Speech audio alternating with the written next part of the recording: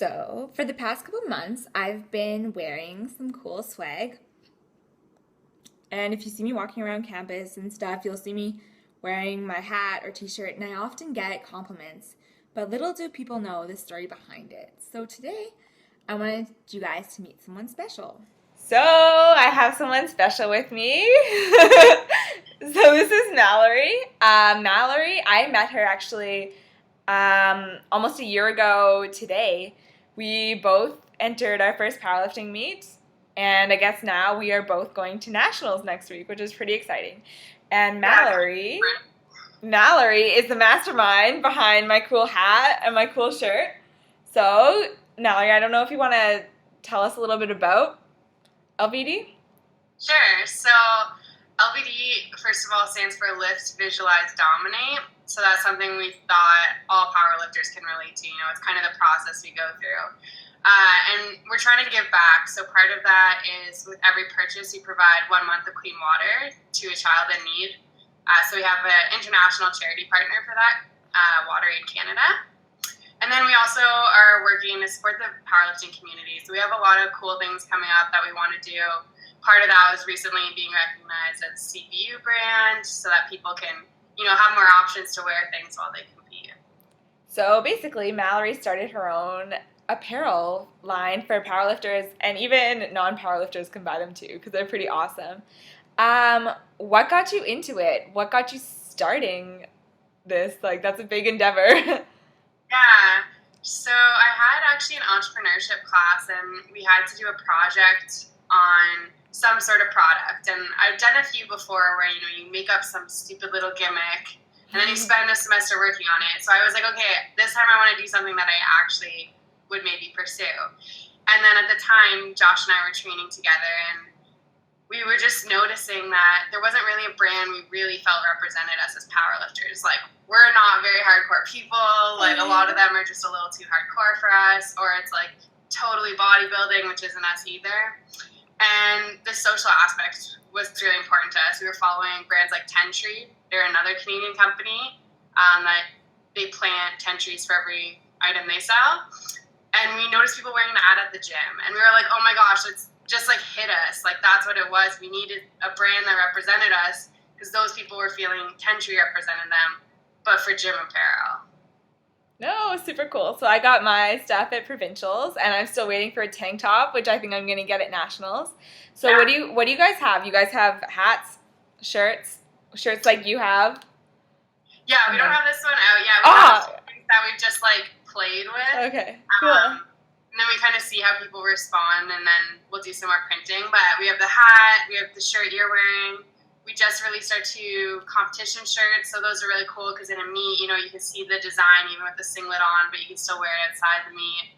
And then we have our tank top and our zip up, and then we just have wristbands and decals that we give out, those kind of things. Yeah, super cool. So for any of my friends and family that are watching, message me if you want anything from Nationals because I think you guys have a booth. Yeah, we're actually one of the sponsors, so we're going to have a booth all week long. People can swing by. We're going to fly with an extra pair of luggage just with our stuff, so pretty exciting. Yeah, so I might need to bring an extra suitcase too for all my stuff that I'm going to get. Yeah, so cool. I'm so excited to see you next week too. Yeah, it's going to be awesome. It's kind of cool. It's a year after our first meet. No, I know. A year exactly, I think, when I'm going to release this video. Yeah. So yesterday. Yeah. Wow. Times have changed. It's crazy. So funny looking back at our old lists. I know. I was going to ask you one other question. Yeah. So what's the response been? Obviously, this is getting pretty popular. Yeah, it's been really cool because at first, we were reaching out to a lot of people.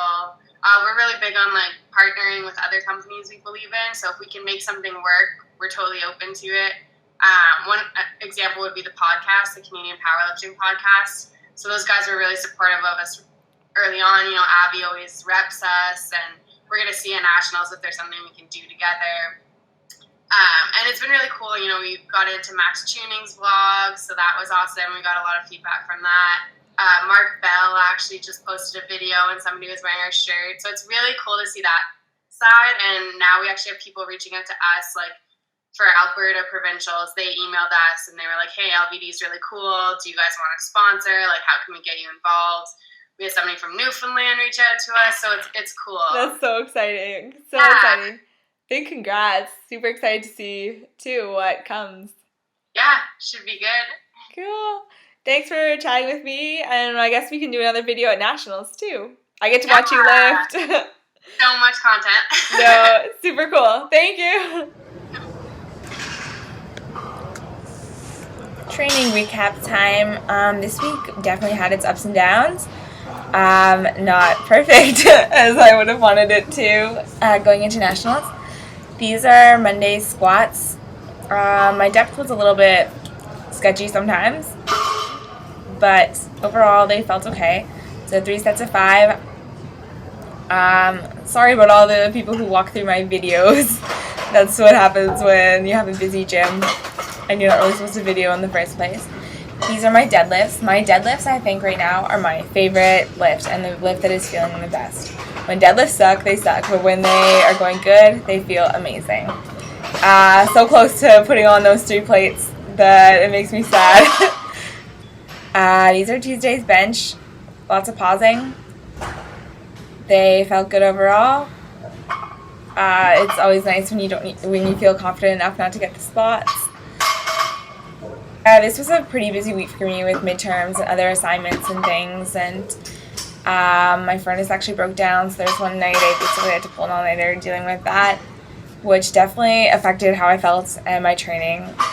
Overall, very tired, and some of these outfits are the same because I did not have time for laundry. These were Wednesday squats. I surprised myself with these. Nice and low, felt good. And then Thursday's bench. Some of my pauses could have been a bit better, but overall felt good. For my second set, I had a handoff, which I haven't had in a long time, and I did not like it. It really messed me up. So that'll be interesting for me going into Nationals. I've never not had handoffs in competition, but it's the way I've been practicing. I just have to trust myself. So Friday squats were a big mess up for me. I honestly don't even know what happened. Last week the heavyweights flew, but this week I don't even know if I got a single rep. This was actually my 3rd set. 2 before that were not as planned either, and it just such a brain fart.